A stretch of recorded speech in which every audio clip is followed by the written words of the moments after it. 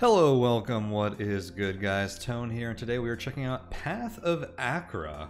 This game's been on my radar for a while here. It's been available on itch and Steam as a demo, but is coming out to Steam as on early access in a few days here on May 1st, and the developer was kind enough to give me a key so I could check it out along with you guys, so really good timing for me to finally check this out because it's been on my list for a while here.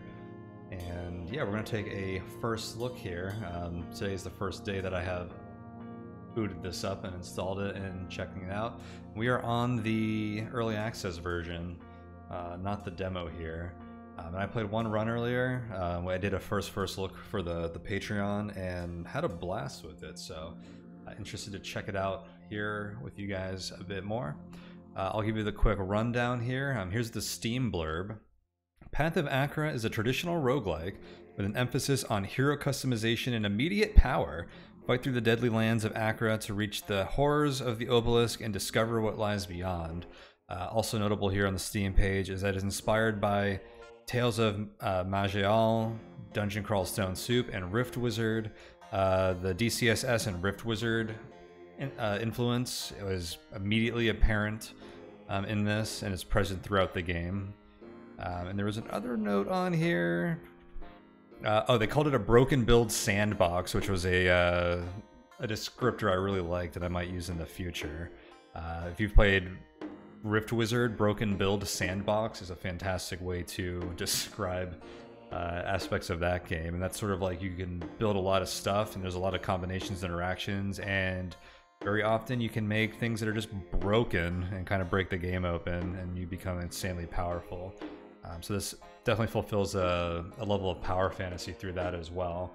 But it also, for like theory crafters and stuff, like really scratches that itch of making like a complex build with a lot of different things and like interactions.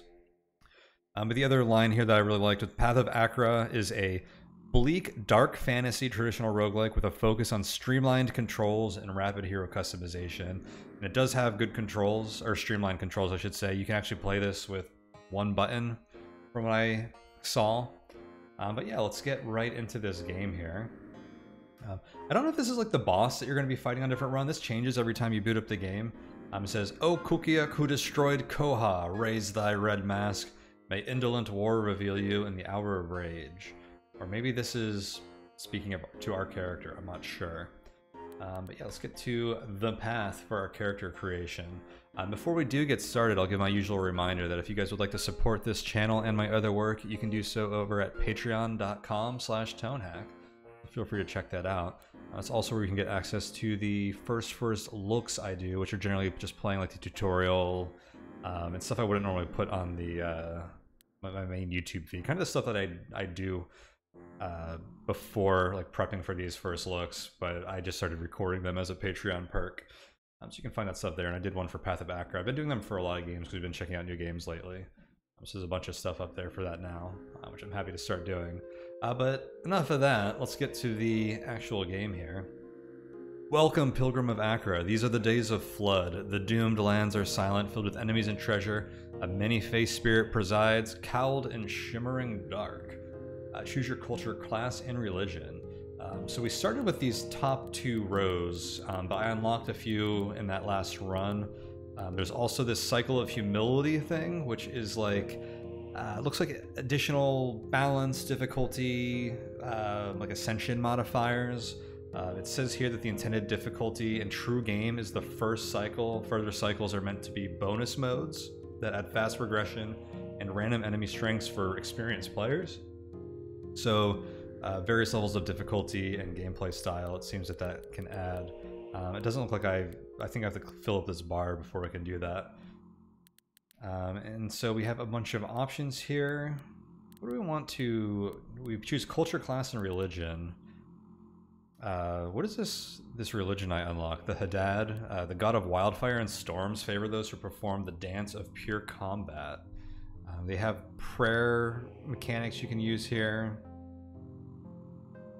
And damage... Let's see. I played like an ally build that did like channeled spells, like AoE spells. I'm wondering if I should try more of like a single target sort of thing. Let's try this. The God of War and Bloodshed rewards the amplification of rage. And so there's some like self-heal stuff there. I'm doing this like backwards, I guess. Exultant Swordsman, revels in killing, and religious devotion. Prayer applies anoint. Bit of like a, I was about to say a bit of a zealot, but there's actually a zealot class here. Self-abnegating fanatic, constantly propitiates. Did I say that right? The gods. Flail and slash. Oh my god! And anyone who did watch the first look I did, I kept reading this as entrance. It's on entrance. I was like, how do you entrance? And I noticed it was doing it like on new level. So I figured that out for this. Like it dawned on me, like a light bulb went off. I'm like, oh, entrance. Every new level this happens. It says grant 3 charges to each known prayer. So that like gives you a lot of, these are the prayers on the right here. The Nesh T, the Nesh Zatu, the Nesh Gira. Interesting. And on attack, we get a benefit through this religion for each fully charged prayer. So that actually feels like that. Oh, I'm not even playing that. Well, now I want to. Let's do it. let's build. And I do think these rows are meant to go along with each other, so maybe that is why this guy's in that row. And we get to pick our culture here. Star Dancer from the Astral Wall. I want to pick some kind of an arrogant fighter with a frail animal form. I want something kind of tanky. So we'll do the Naki, the citizen of the Mountain Temple Lands, practice empowering ritual of attunement.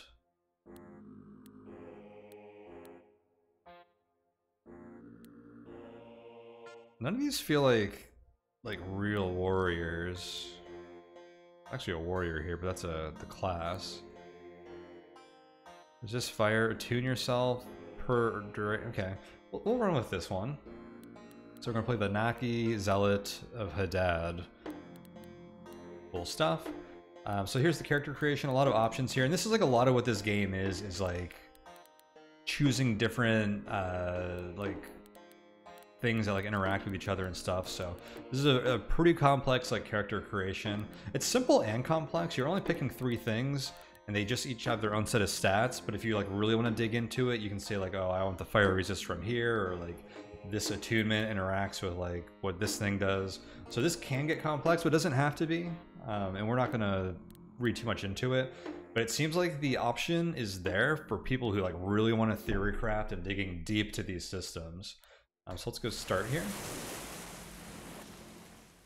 Your glory rises. So this is basically your level up, and you start with 1, I guess. So you get to choose an attribute to increase. We have strength, dex, will, and vigor. Vigor also heals you to full life, which is pretty big. I'm gonna go with strength because it seems like we're gonna lean into that sort of thing. Let's see. The ocean rises. You enter the forest. You apply 10 attune to yourself. Your glory rises. Your Tivik, the Naki Zealot of Hadad. This kind of tells us what's going to be on the level. We have the Blink Beast.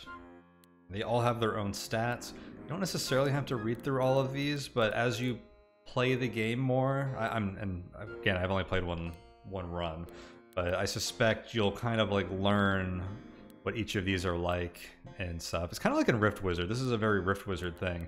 In Rift Wizard, at one point, my goal was to die to everything once, because then I would like learn what all the things were, and then you play a lot more seamlessly and quickly. You don't have to like read, because a lot of this stuff can be like an overload of information.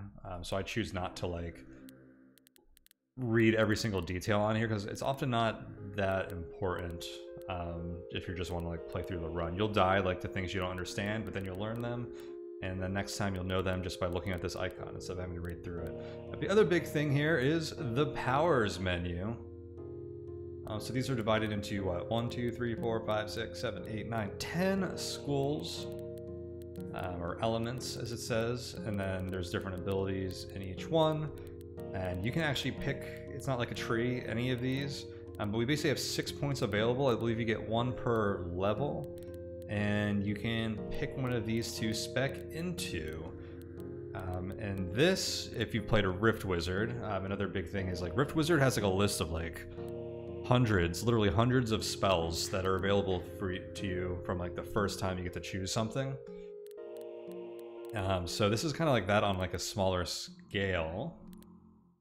But also, like, you can often just pick one of these, it seems like, and then you level these up and make them stronger. So you don't actually have to pick like a ton of different spells if you don't want to. You can pick like one and just like pump that up for the whole run, it feels like. I'm kind of feeling the blood stuff.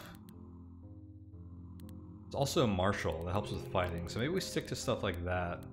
And before we do that, we also have a character screen. What are we? We're here carrying a flail. Okay, I'm feeling something with blood, so let's go into the blood tree. This applies bleed on hit. Is there something that like heals us? I feel like being able to like this is on hit, heal yourself. So this is unstable thirst per level, +5 to damage taken, but on hit you heal yourself. That's scary. So we take more damage, but then we heal ourselves on hit. That doesn't seem... It seems like we're going to take more damage than we're going to heal. Maybe that applies to like AoE hits? I'm not sure. Interesting. What else do we have? I'm dealing blood damage to an adjacent unit, you heal yourself. I'm being dealt physical damage, deal blood damage to adjacent unit. Okay, this feels more up to what I'm doing, but we need to like get the blood damage going first. There's a lot of like allies and summons in this too you can build around. I bet most builds have allies of some sort. On ally heal, you heal yourself. This summons hemogoblins. I wonder if the hemogoblins heal themselves. Oh, it says they're projections of blood and bone. They inherit your hit and current life and heal on attack. Oh, so that's a good way to build into this. This costs 6, so that takes up all the points we have now. And then we'll have to level up 6 times before we could level this up. It says the amounts summoned are the level of the skill, though. Let's take a basic apply bleed on hit, I think. This deals damage to yourself as well. This deals a ton of blood damage to other units. 100 per level. This is always just 15 damage to yourself. That seems not bad. The blood damage in a path to a number of enemies in a 4-tile range on applying bleed. This has like a bit of AoE to it as well. Alright, I'm digging this. Kind of liking these first 2 skills in this bloodbath one. And then maybe we go into blood link. I want to go like full blood here. Alright, let's learn the hemokinesis first. And I can actually level this up twice. And I've noticed a lot of these levels, like the early points, seem to be like very beneficial, and there's diminishing returns. Because if you look on the right here, it says bleed applied is 5 per level. So it's 5 now. If I put one more point into it, it's going to be 10. That doubles it. If I put in a 3rd level, it's going to go to 15, so 50%. So it seems like the first few points are really important. So I'm going to actually go and double up on that. And then we'll look at this screen real quick. This is the stats. Actually, we'll look at this after we go through a level. So this game, you can actually, hitting tab auto moves and auto attack. So Blink Beast just moved next to us. This red marker here is going to show us who we're attacking. And then we're moving and attack. So that's the first level cleared. And a lot of with this game, I think one of the ways that this game like allows you to play is you create one of those signature broken builds, and then you just hit tab a bunch to just like clear the levels. Space just spends a turn resting, and then there are a lot of spells. Like I was using this I was using Cryomancy here, where this is on standstill. It does ice damage to 2 enemies in a 3-tile range. So I was just like moving and then using standstill to like channel abilities. And then you can also just use the numpad to move around. I'm taking damage because one of those things applied... Oh, it's gone now. Let's take a look at what our prayer does here. Recite the Nesh T uses all charges, so we have 3 charges here that it's going to use all of them. Heal 200 times the charges used, removes all scorch from self. +1 charging enter new area. Since we're a zealot, this actually goes up to 3, so we should use this to heal pretty often. So that uses all the charges. Healed for 780, and we're going to move to the next area. These are randomly generated areas. Our glory rises. Is this once per map? I think this is. So I think I'm gonna continue to increase my strength here at the moment. And let's seek out the enemies. Oops, I accidentally hit spacebar twice, which rest. Cool. I should heal again.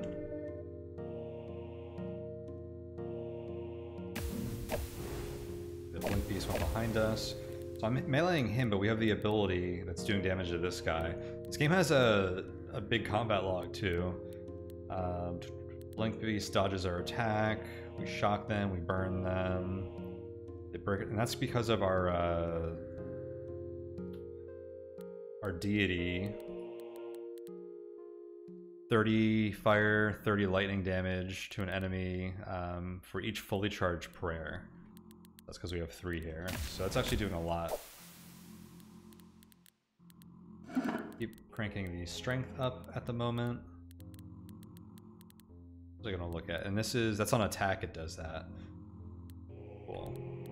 We may as well use our prayer here. There's loot here. We pick up a Sappha, a Mage's Violet Cap, and a Cursed Skull, an icon sacred to necromancers. Alright, so now we can look at the character screen. This is our character screen, our inventory. You can see our stats and what they are adding. There's life, there's speed. Why is there speed showing? I think it's improved because of one of our... something we're doing here. We have resistances. A lot of blood resist there, that's good. We have dodge, block, armor. You have your encumbrance, so you take penalties if your encumbrance is higher than your strength. Encumbrance is every item has an encumbrance when you equip an item. +1 for the sash. Inflexibility, I'm not too familiar with this one yet. It says if it's greater than 1, then you start losing like pretty big downsides. 25% block, divides your speed and willpower damage bonus. So a lot of builds don't want this to be that high, but I think the gear that has inflexibility is like going to have strong benefits to it. And then weapon size, it just doesn't influence certain powers. I'm guessing things in like the warrior class like might have like a damage bonus based on weapon size or something. So ours is just 3. But we just found this hat. We don't have a hat on right now. It says astral resist on standstill. It deals astral damage in a path to one enemy. The damage is 10% of our main hand hit. But this doesn't seem that useful for us. It's going to put me over my encumbrance. I don't mind the resist, but I don't think that standstill ability is going to matter too much. So I'm going to ignore that at the moment. Cursed Skull. This looks like a weapon. Uses a lot of resist death. On dealing more than 100 death damage, it summons a cadaver at a random tile. So that sounds pretty strong if we were building around the death tree. And you find this stuff early enough, and actually, I wonder if you can save all your starting points and get through like the first area long enough to see what items you get, and then build around those. Which is a pretty good way to play a lot of these roguelikes. So maybe that's like one of the stronger ways to play this potentially. I do have 2 points to spend. I said I was gonna try this. Okay, I got this. So I was looking at these top 2, which was this and this now. This costs 2, so I could get this. This deals damage to myself, but it does blood damage to adjacent units. A lot of blood damage. And we were also looking at this. On dealing blood damage, you heal yourself. This costs 4. Does this actually do blood damage? Yeah, applying bleed does blood damage. I think I want to get the healing one first. I think having some kind of like sustain like that is going to be helpful. Alright, so we cleared the first area, and now we get to a map, and so you go down this 1 by 1 to the right, and then you get to pick which one of these you go down. And it tells you what kind of enemies you're going to be fighting, and also what kind of reward you're going to get. So, as you understand the game more, and what the enemies are, and what your build is, then making sure you're not picking enemies that hard counter you is going to be important. But for now, brand new player, like checking this out, I have no idea like how all the resistances and stuff are going to play out. I'm just going to look at the reward to pick one. So this is a brown and turquoise sash, a magic whip abandoned by a steppe chieftain, or an icon sacred to northerners, and green worms.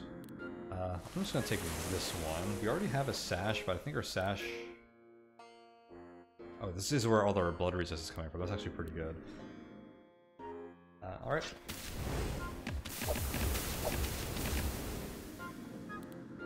Use that up, make sure I heal up. So, the build's pretty straightforward. I'm just gonna fly through with the auto move, auto attack, and until I see like my health drop by a lot. I think I want to continue increasing my strength here, so we can continue getting... Okay, that I did level up there between levels, or during the level, so it's not only at the end. Okay, and here's actually the XP bar under our health bar, I think. Up to 3. I think I need 4 for the ability I was going to grab. That was easy. There was just one guy here guarding all this stuff.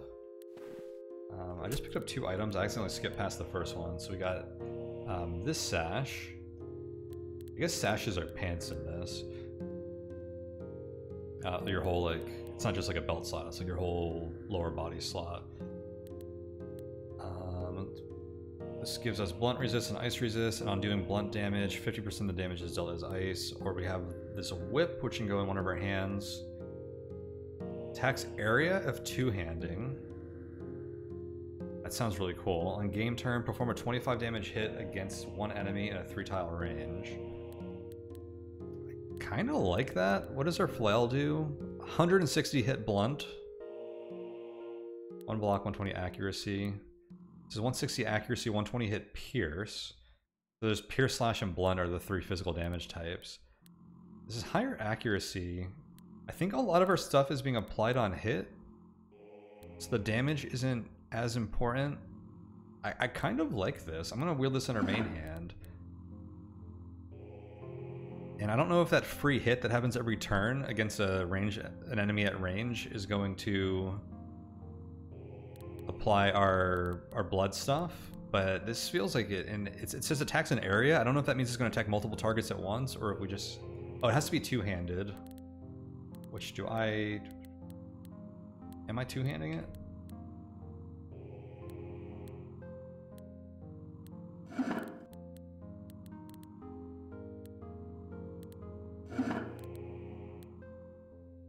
Main hand is two-handing. Okay. Cool. So that's just automatic if I'm not holding anything there, I guess. I can wear this hat for free now. A lot of our encumbrance is tied up in our flail. All right, I'm actually very intrigued by our lash here.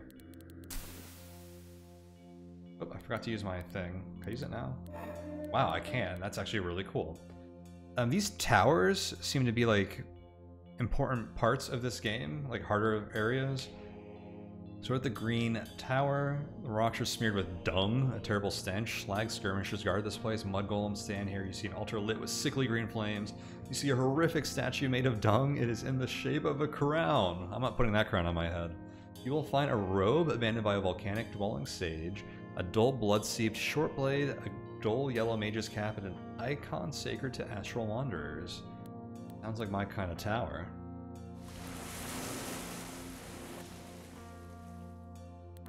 Okay. So that hit guys automatically. And actually, it said you pierce the mud golem for 8, you apply 5 bleed, bleed for 5 and 3. The mud golem? Okay, now I'm piercing for 51. A lot of my damage is coming from my religion effect. The bleed is actually doing pretty little damage right now.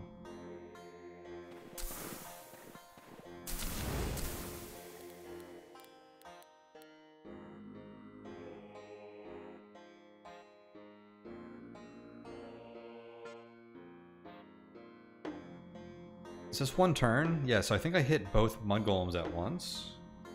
I think this is the free hit though. The free hit's like way weaker.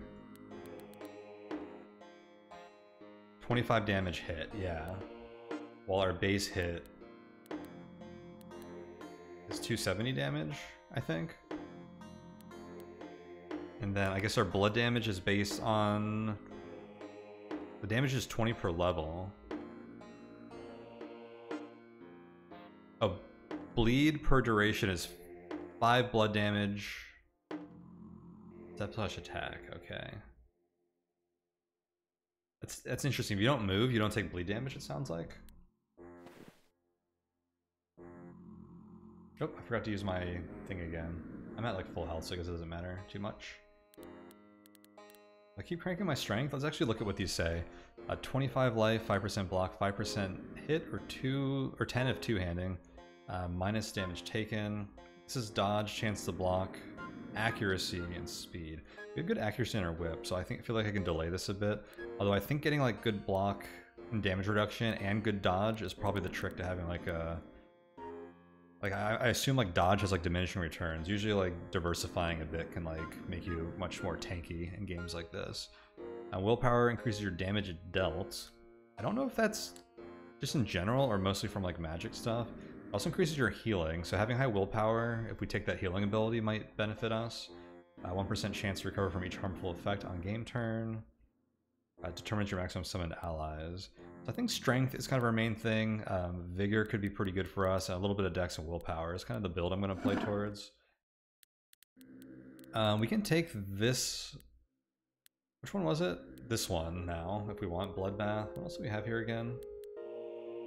Yeah, Bloodbath. On dealing blood damage to an adjacent unit, we heal ourselves. On being dealt physical damage, we deal blood damage to units. So I'm going to take that. So...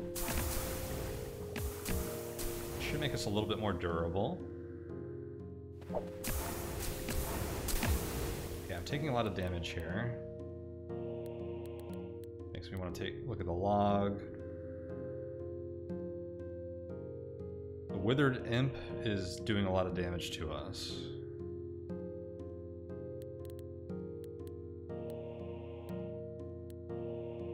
Oh, did we kill the Withered Imp? Doesn't say they're dead.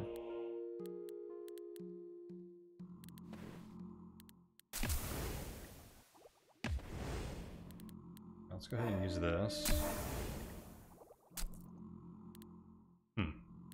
I don't want to use this. I want to use this as late as possible because we're getting a buff for every charge we have here. When we get higher level, this requires 10 glory. We're going to unlock these, which are actually going to make us stronger because our religion is based, or doing damage based on how many prayers we have charged. Oh, it says fully charged prayer, so that probably is just giving us 1 here, which makes sense. I was thinking it was giving us 3 because there's 3 charges, but it just says fully charged. Yeah, there's a lot of stuff going on here.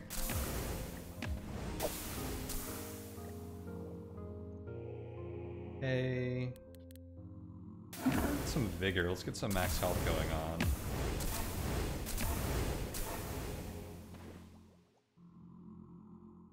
But yeah, this is a lot of the game is like I'm just playing with one button right now outside of like navigating the menus and leveling up. So I kind of wonder if there's a version of this, maybe with some of the modifiers, where like you need to slow down and like really consider like what's going on tactically on every turn. But for the most part, it seems to be kind of like you kind of analyze a scenario, make sure you're good, and like just kind of like make these like screen clearing builds where you can kind of like really tear up the enemies. And we're still like early in this game, so I think there's like it gets a lot more difficult as you get towards like the end. You just need to like notice like when you are gonna have to like slow down, I think. But a lot of this, like for people who just want to play like fast, like it seems like you can do that here as long as your build is strong enough. Vigor again. I feel like our build's like doing pretty good so far. If I just like monitor my health, I can just kind of like skip through these floors. Oops, there was a boss here. I think it was this guy, the Burrow King. What are you all about? Summon Ratman, applying sickness. This guy's gonna be pretty dangerous for us.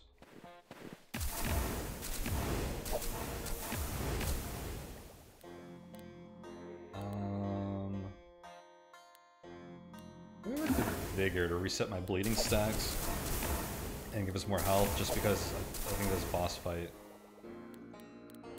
Yeah, look. Just hit that. Okay, cool. I think that guy died of blood when I prayed.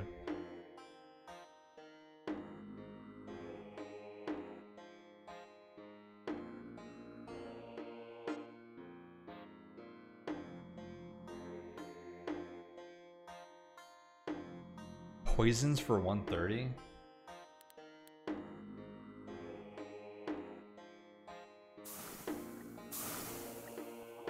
I don't know if I can pick up this loot. I feel like I'm about to die. Although I think I walked this, I die. I think hitting tab, it teleports us to these. I'm really concerned I'll die walking the exit, so I'm just going to hit tab, which is going to pick up the loot. We got a bone knife, crystal rod, yellow mage's cap. That's scary. Oh my gosh. Those damage over time effects. So willpower sounded like would remove those a percentage of the time. You can see how valuable like clearing those like every 10 turns on average might be. Actually sounds almost essential. Like we need to start pumping our willpower a bit. We have a green summoner's robe, a spear enchanted with ice, a metal helm of dull purple. What did we just get actually? I was too concerned about not dying. This deals death damage to an enemy, which pairs with this a bit. The damage is based on our missing life. That's really interesting. This is on standstill. Got a crystal rod. Good astral resist.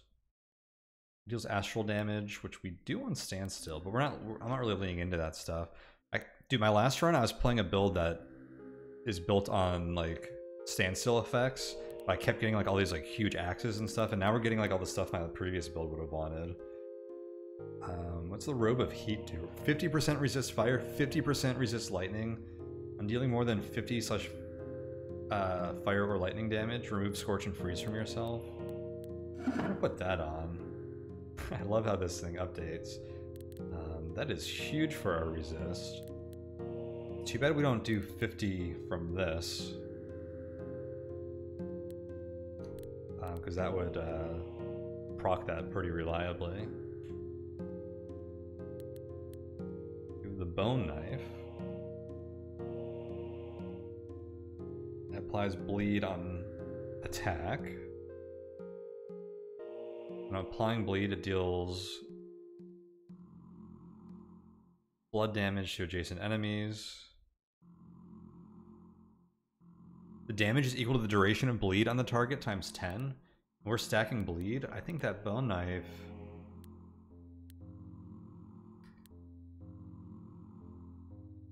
What's the benefit for two-handing again?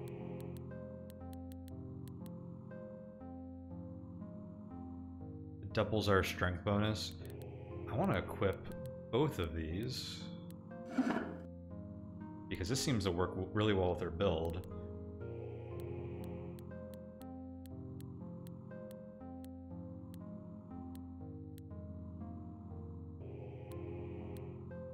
Let's see how that does. I have this. I can upgrade this again if I wanted.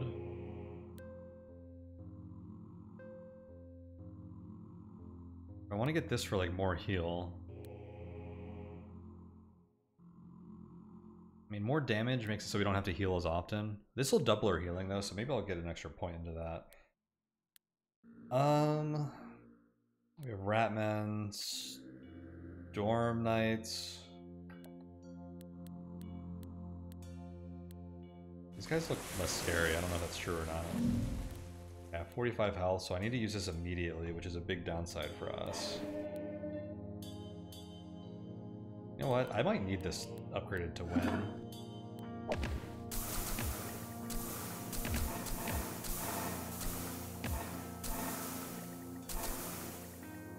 That was our dagger carrying a lot of weight there, I think.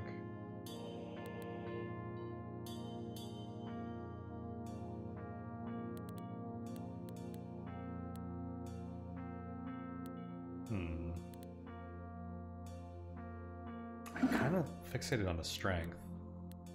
Yeah, because what does this dagger do again? Deal blood damage to 2 adjacent enemies. What was like doing the long range stuff? I guess it was this.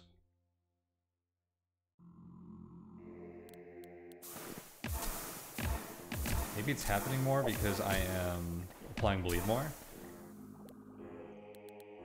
Oh, we unlocked this. Deal 200 fire and lightning damage in a path to 5 enemies. Repeat for each charge of Nesh T. There are 3 charges there. So this will jump up to 3 charges now. Because my Zealot gets 3 charges every time we...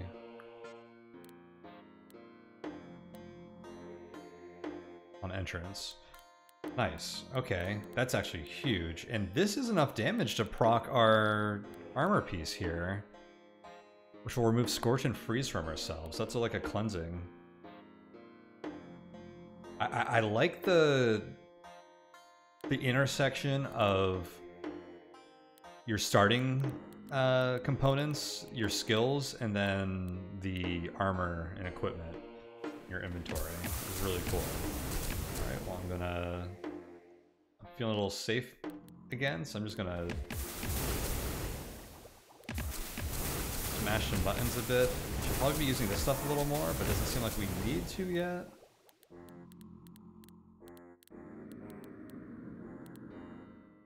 Here's our will. Actually, what I wanted to do...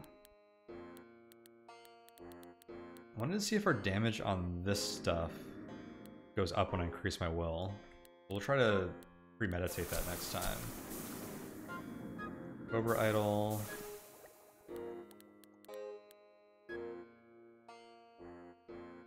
On dealing poison damage, deals 100 death damage to adjacent units. Dude, 100 death damage procs this that summons things. There's some really cool interactions here. We can like... It might be too late for us now, but like if we started building into one of those things, we could have like a poison death build going on or something.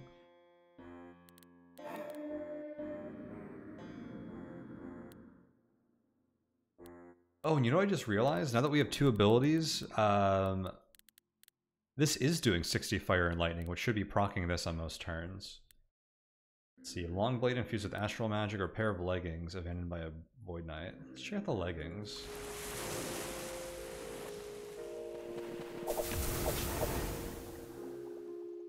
Oops, I forgot to heal.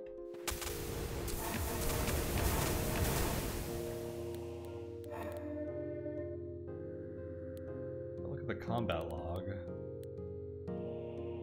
I think they have a lot of resistances. Yeah, fire and ice, so we're doing significantly reduced to them.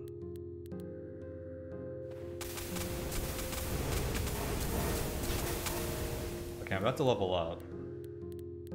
So I'm at 337 hit on both of my weapons. That's actually a lot higher than it was a second ago, isn't it? Will... Still 337, so will doesn't affect this damage. I think it's mostly like skill damage. It might affect my bleed. It probably does affect my bleed.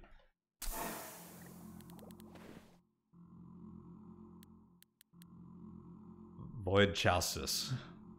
Resists ice and death, 10% on dealing death damage. Dude, this game really wants us to go death. This is converting it to like ice damage. 50 armor though. That costs a 5 encumbrance. We could really boost our armor with that.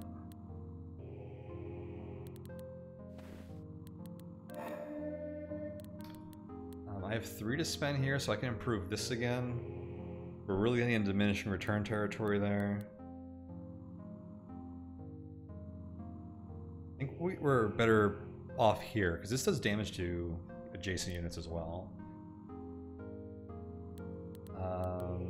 Large red glove or the tower. The towers also drop like way more stuff. I'm just gonna take the tower. I noticed an immediate spike here. I want to hit this. Oh my god, that just cleared everything. Oh, it uses all charges. Oh my god, so this is 200 fire and lightning damage 3 times. That's actually insane.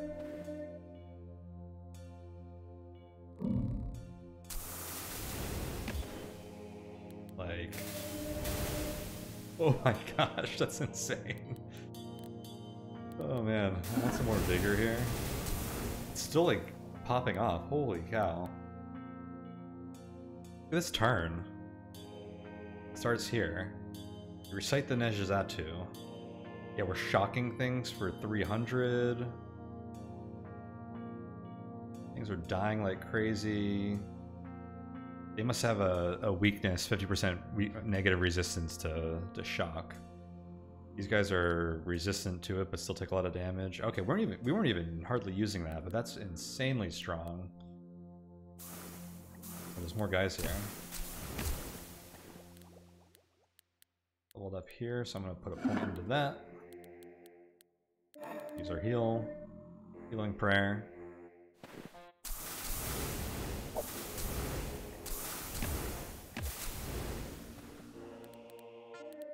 Didn't even need it, I guess.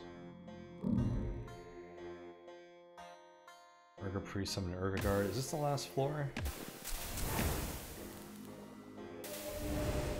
Off that, we killed some stuff.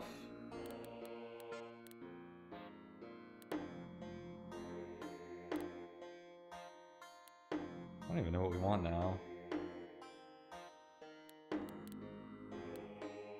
I think the will up to like 10. I think the will's increasing the damage of that.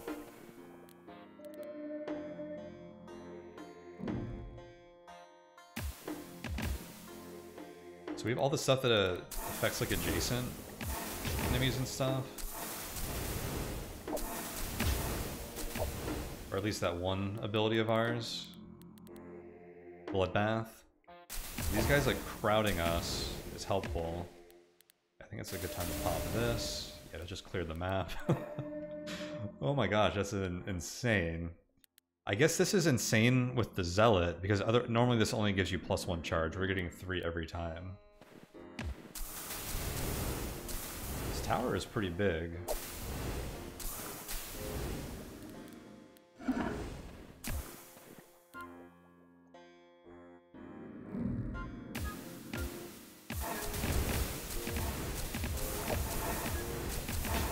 Bar's like, we're actually getting a ton of healing back.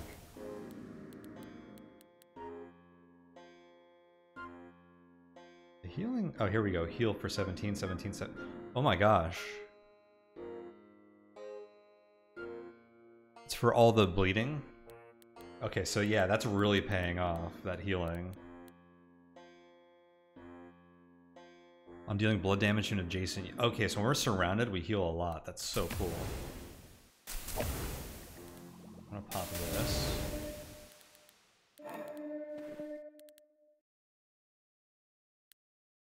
So it's cool seeing like a build come together like this. This is super fun. The Thunder Drake roars, sparks dance through the air. So we're up to the boss here. That must be the Thunder Drake over there. Sparking over there.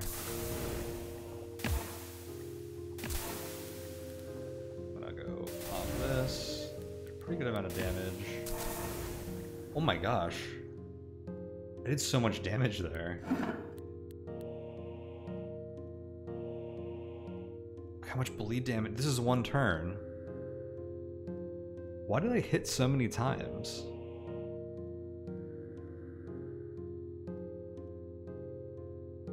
It's because I have so many bleed applications. On applying bleed, deal blood damage. This, I'm dealing blood damage. Well, that just heals us. But then this, on attack, applies bleed. Wild. Shield, Ice Staff, Void Cuirass. Big friggin' hammer. So we have the Cuirass and the Chalices if we really wanted to go into Void.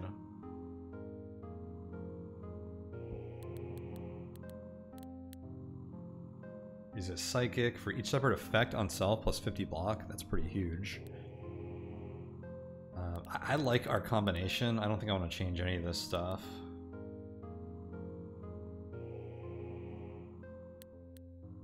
Oh, this isn't attacking an area anymore because we're not two-handing. Applying a weak hit to a random enemy. I wonder if I'm better off two-handing the Bone Knife. Or using the Bone Knife and a shield.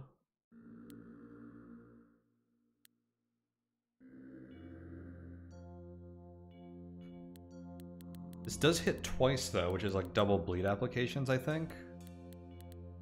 And this random hit I think applies bleed, which synergizes with our other thing. I'll probably stick with that. The bone knife and the shield seems like a interesting thing to go. A bladeless hilt or in a robe, an icon. I think an icon is something you hold in your hand. I had like an icon that summoned allies last run. A pair of red and orange gloves. Check this out.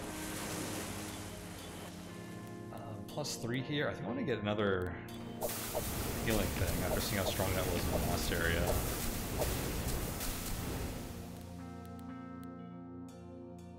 Didn't even like take damage that time. Well, we're seeing the broken build sandbox. Whatever these things are, we're really well geared against.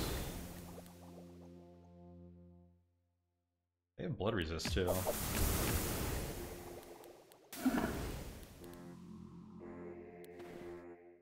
That was the last area. We got our... Upgrade this. Ooh, prestige class unlocked. You became a blood mage? Whoa! I didn't know we had prestige classes. What? On game turn, stand still, or self-damage, apply 3 bleed to all enemies. Oh my gosh, that's insane with our build right now. Because just the bleed application procs this.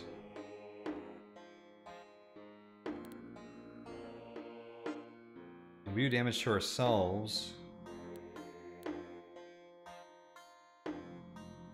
Doesn't something here damage ourselves?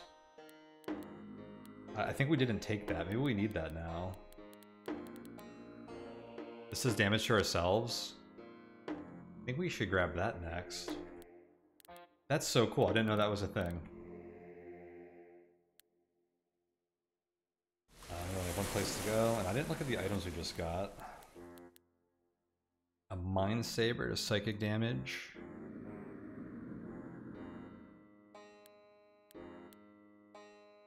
Damage is equal to your dodge.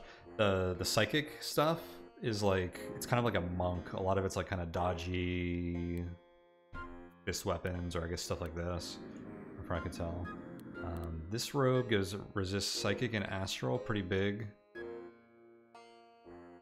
This is like our other thing, but this is for fire lightning and this is for psychic astral. That's neat. Okay, I don't think we need to mess with that. Oh, and this was a bladeless hilt. It's a Mind Saber. Yeah, it's definitely like a monk. Like, it's like monk and like psionic stuff.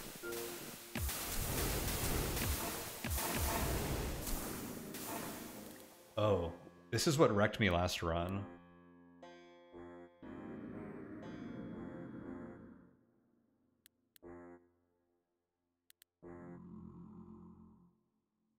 Ignore 90% of the target's armor and block.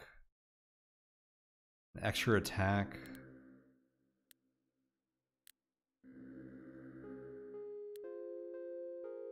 What's your base damage?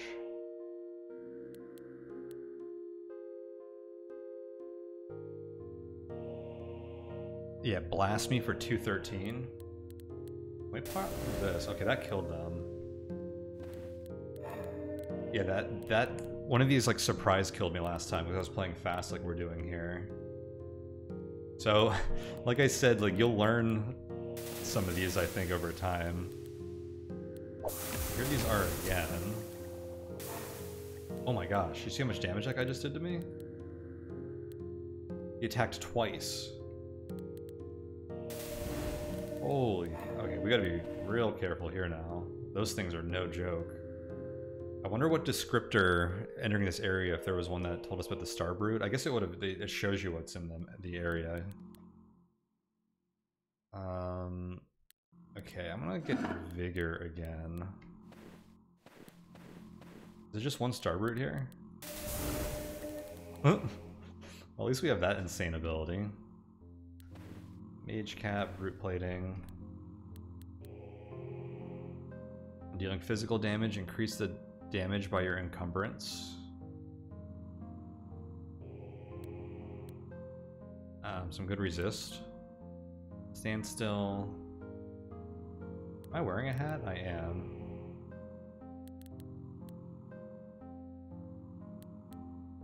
Great Sword of Ice, a Flag of the Ratmen. Oh, that's actually the thing I was carrying that summoned allies and summoned rats. That might be different than the idol or whatever I was talking about last time. We'll go here.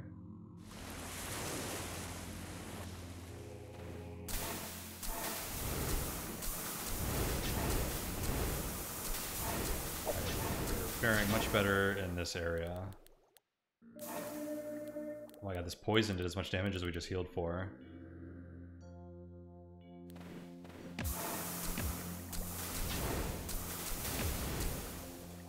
Now it says, will 1% chance to recover from each harmful effect on game turn. I think that would apply to poison, so that's why I feel like willpower could be pretty important here.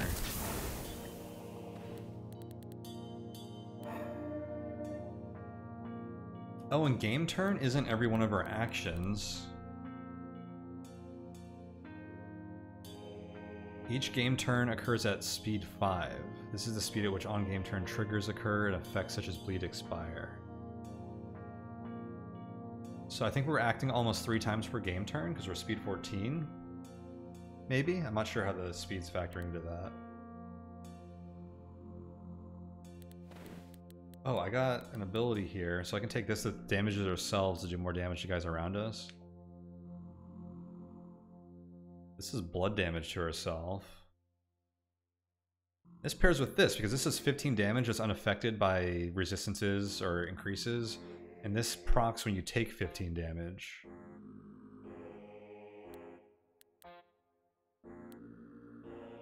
This does blood damage to ourselves. This is on self-damage, apply bleed. We have really high blood resist, so this will damage ourselves but not do that much. I feel like I should take this, just to proc that effect more.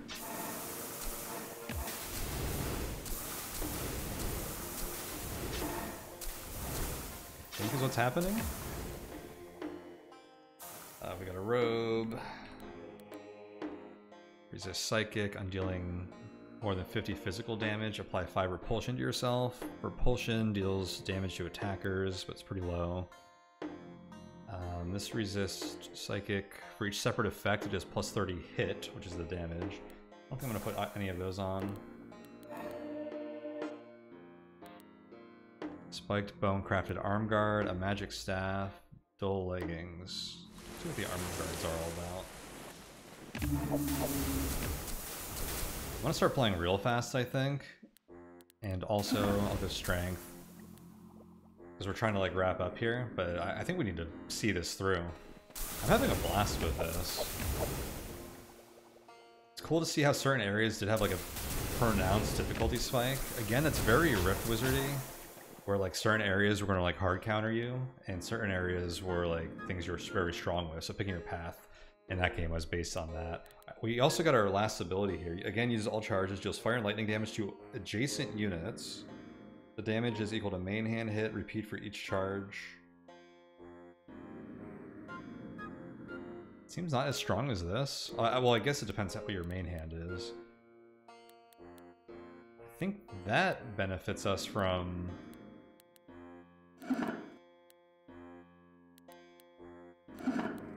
having this higher main hand damage.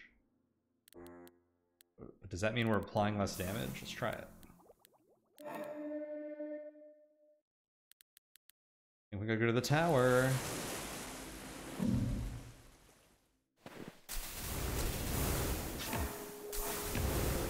Taking pretty good damage in here. Our self-healing is pretty good though. This willpower is increasing, all this willpower we took is increasing our healing by a lot too. Let's go to strength to 10, and then I think I want to raise our excuse me, our dodge a bit.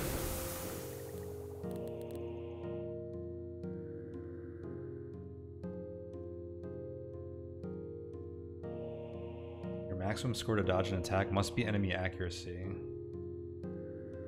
Are we ever going to beat accuracy? Oops.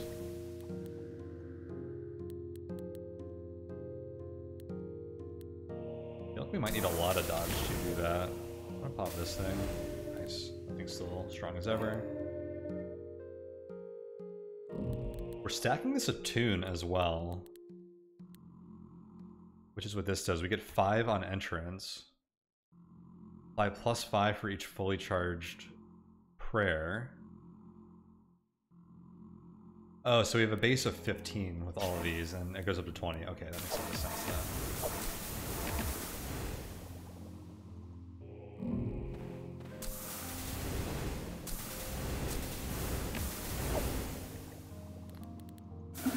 Strength. The basilisk hisses. Alright, we're up to a few points here. I think I'm going to take this one now. It's one that does damage to ourselves, but it does blood damage to adjacent units. A high amount of blood damage. This is 15. And then that procs with this, which deals more blood damage, doing 15 damage, or taking 15 damage. Okay, here is this thing. Oh, I wrecked it, okay. I was gonna try and time when I should use these, but I didn't need it.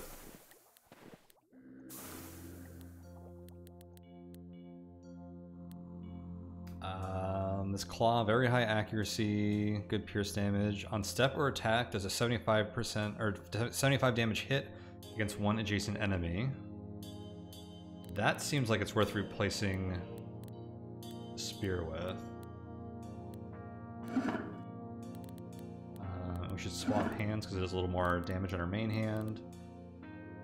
Resist blunt on adjacent shrug off. Perform an extra attack against the attacker. Is this what shrug off is? Armor can shrug things off. The armor is equal or higher than the damage dealt by a hit. Extra attacks, use your main hand weapon, do not count as an initial attack.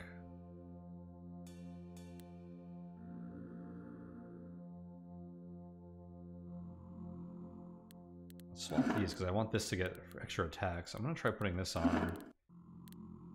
We're at 9 encumbrance. What else do we get here? Oh, I didn't look at this thing. Resist blood. I'm dealing more than 50 physical damage. Apply 2 bleed to the target. Hold up. We even have something in that slot. That's actually huge. Our inflexibility is quite high right now. It's reducing our speed by quite a bit. Our willpower damage bonus by quite a bit. What's adding inflexibility? This is... Okay, I don't think this is worth the inflexibility.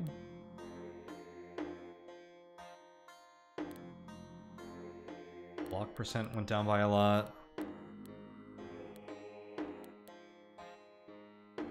For the helm, the bone arm thing, the base is 1.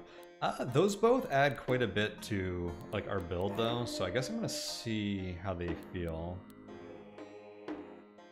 Red and violet leggings, blinding red, face mask. Red probably works with blood stuff. It may indicate that. Let's get a few points of strength.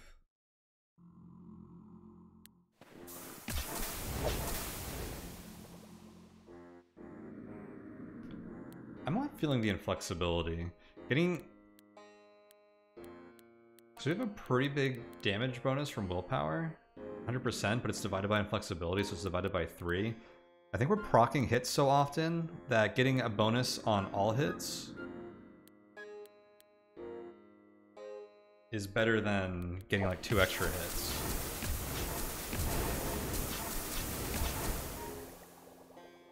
Yeah, the Mask of Blood. Being dealt damage by a non-adjacent unit, deal 50 blood damage in a path. Yeah, so that gets rid of the helmet. I'm gonna take that off. Do I have any other arm pieces? If this gets too big, you can destroy this stuff too. Just to clear out your inventory. There might even be a cap of some sort. Unkilled, perform 3 extra attacks against random enemies, adjacent enemies.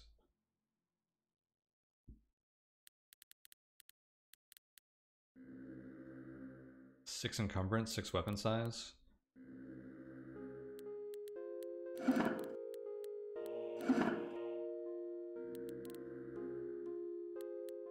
I like that dude. Look, our dude looks sick. Do I have gloves? I don't think I even do. Okay, I don't have the encumbrance yet anyways. Yeah, the red-violet leggings. This is fire and astral stuff. We don't really care about that. Or resist looking. Not great except for blood, fire, and lightning, which are very good. Okay, chestplate of wild crimson.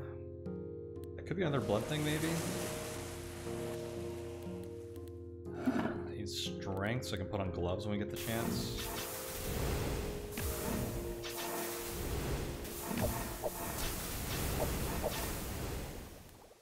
We have some points here. I think I should upgrade one of these because of the diminishing returns thing.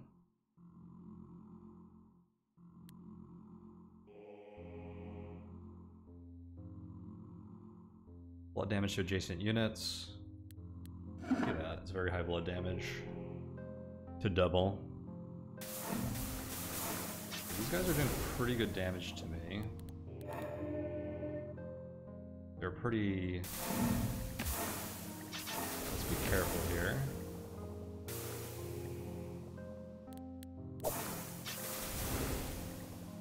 Okay, Wizards died. Oh my god, I'm healing so much. Blade, chestplate of wild crimson. And dealing more than 50 blood damage, remove bleed from yourself. Do I actually need that? I don't think I do. The slash damage to adjacent units? I think I'm good with what I have.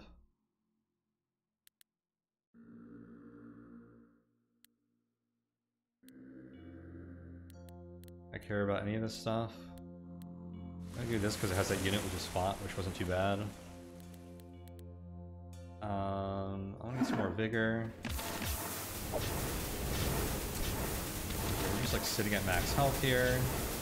These guys must be like resistant to something we're doing. 90% blood res, yep. They're resistant to like everything but blunt though. I guess you could change your weapon if you knew you were coming into an area with a lot of these kinds of enemies. So you could like have like a lot of blunt damage.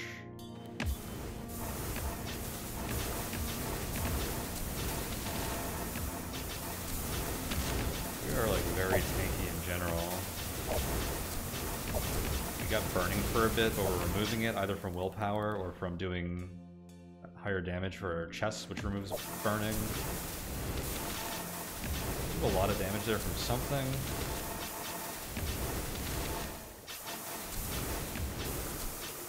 Something was doing a lot of damage to me every once in a while. Actually, I didn't want to get Dex because I forgot how the dodge worked. It seems like we have to make quite an investment into that.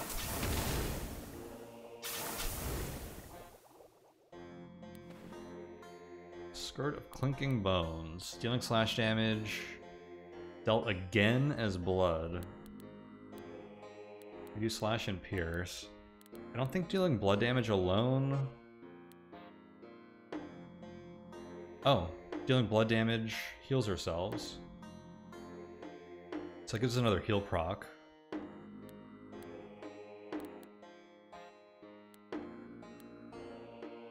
3 encumbrance though. We'd have to work our way up to that. Short off for block, remove entangle, free sickness, and bleed from self. It's a pretty good weapon.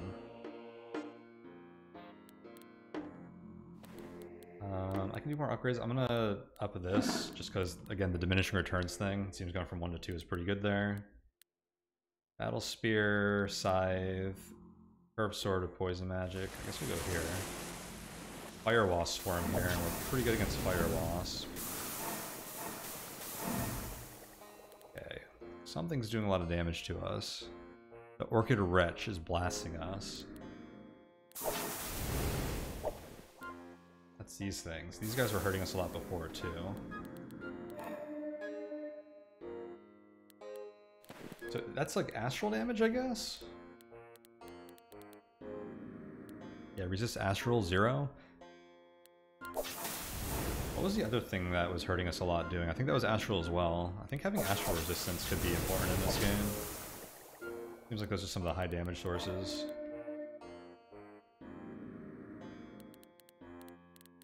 Let's get more strength since I was getting some gear that I couldn't wear yet. Battle Spear, Scythe. Can't imagine we're going to use these. Lies and Tangle. Could put this on if I wanted to.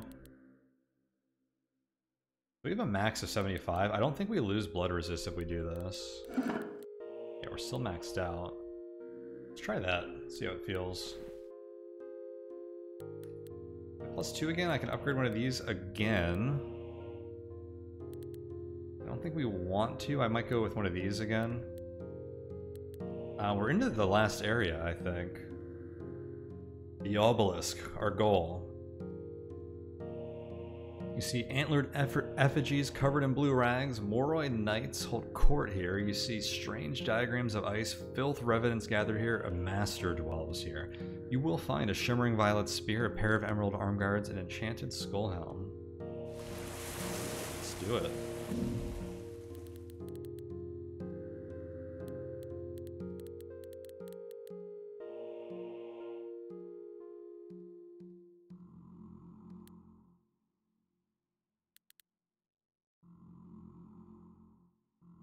Number of targets on that equals level.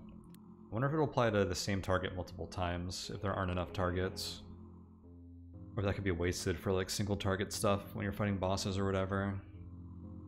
More healing could be very good. Although this seems to work well until it doesn't. So maybe this isn't worth improving because it might not matter in the situations where we actually need a ton of it. I think it's really good when we're surrounded because it's based on like adjacent enemies.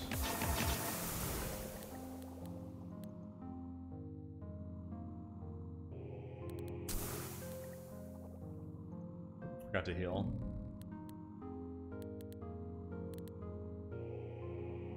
More vigor. Oh my god, actually.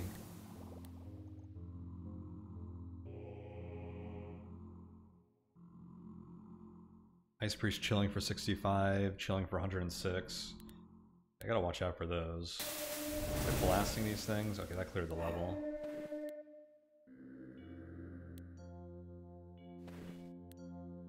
These Ice Priests are really scary. Oof.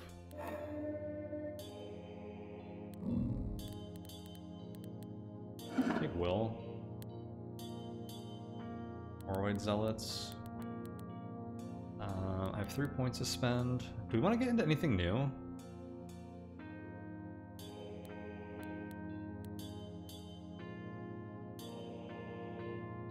Okay, so this makes you take extra damage from hits, but then it heals you by the same amount, but healing is amplified. Then maybe the damage is lowered by damage reduction. I wonder how that works out. Mind Feast, summon a Blood Acolytes.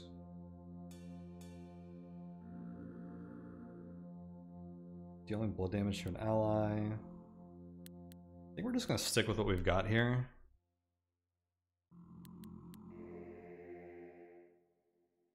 I think I just want to keep raising these things.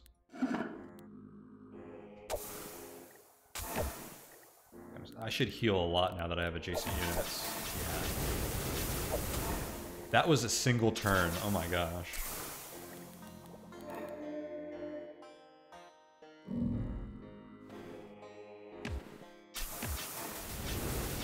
We work well when surrounded. I wonder if there's like a teleport. I feel like closing the gap to ranged enemies is one of the things that's most dangerous for us.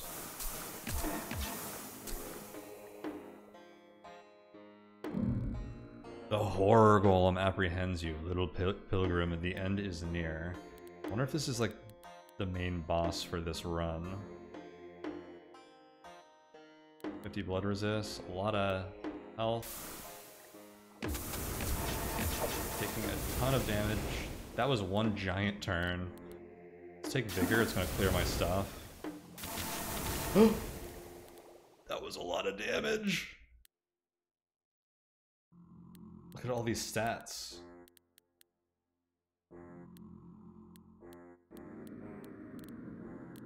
Okay. I think we need to heal. I'm gonna pop this thing. I don't think we could beat this.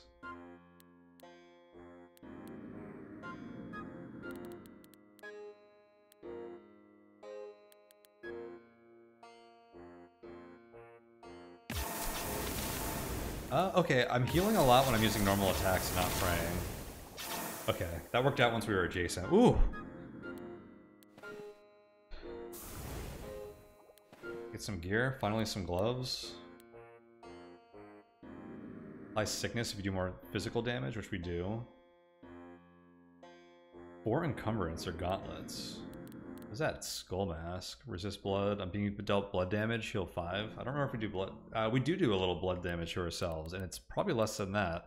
That healing is actually probably pretty good for us.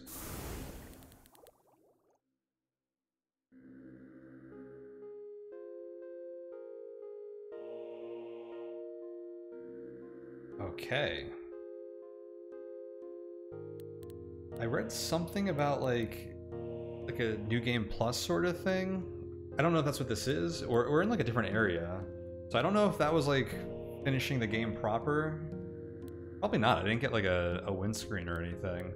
But it did say conquering the obelisk was our goal, but I guess we've transcended to a different thing. So we're definitely going to call this here. This has gone on pretty long, but I guess we're going to continue with this next time. Sweet. That was super fun, and we were just building into a single tree there, and it just happened to fit everything we were doing. You can really like branch out into other things. Like, since we're doing so much fire and lightning damage, there are probably some things in the fire and lightning trees that we could really proc off of. Or anything that says like on dealing fire damage, yeah. Increase it by the duration of scorch on the target, so. But our build is looking pretty awesome right now. I like our Blood Mage prestige class. I wonder what else exists in that realm, if there are other prestige classes. But yeah, this is sick. Path of Achra, having a blast with this. This is going to be on Steam and early access release on May 1st, and I will definitely be checking out more of it then. But this is super cool so far. Really enjoying this, my time with this right here. But yeah, thank you guys so much for watching. I guess we're going to continue this to see what this next section is like. But yeah, super cool. So yeah, stay tuned for a part 2, I suppose. I am preoccupied the next few days, so I'm gonna pick this up after like a 3 or 4 day break to enter here. So I hope whenever I do that, there's a chance that like I die like immediately because I've lost like familiarity with the run. And sometimes you just need to like play a bit to like refamiliarize yourselves with your build and stuff. And often you can die before that happens if you're in a hard part of a game. We'll see how this does, but this game is sick. Really excited to be playing this. Again, shout out to Ulsfire, the dev, for hooking me up with a key to check it out. And we'll leave this here for now. I'll give my usual reminder again. Check out the links in the description below. You can find my Patreon if you want to show support there. You can also see me playing through, like, I guess not the tutorial, but learning this game. I did a first look there. There's a series I do on Patreon. You can find the Discord there if you want to come hang out and chat about game. I'm sure we'll be talking about this over there. But always great conversations and company over there. And there's some other links down there, so check all that out. But for now, I am out. This has been a long one, but it's been a fantastically fun one. But take it easy, everyone. I'll see you all next time.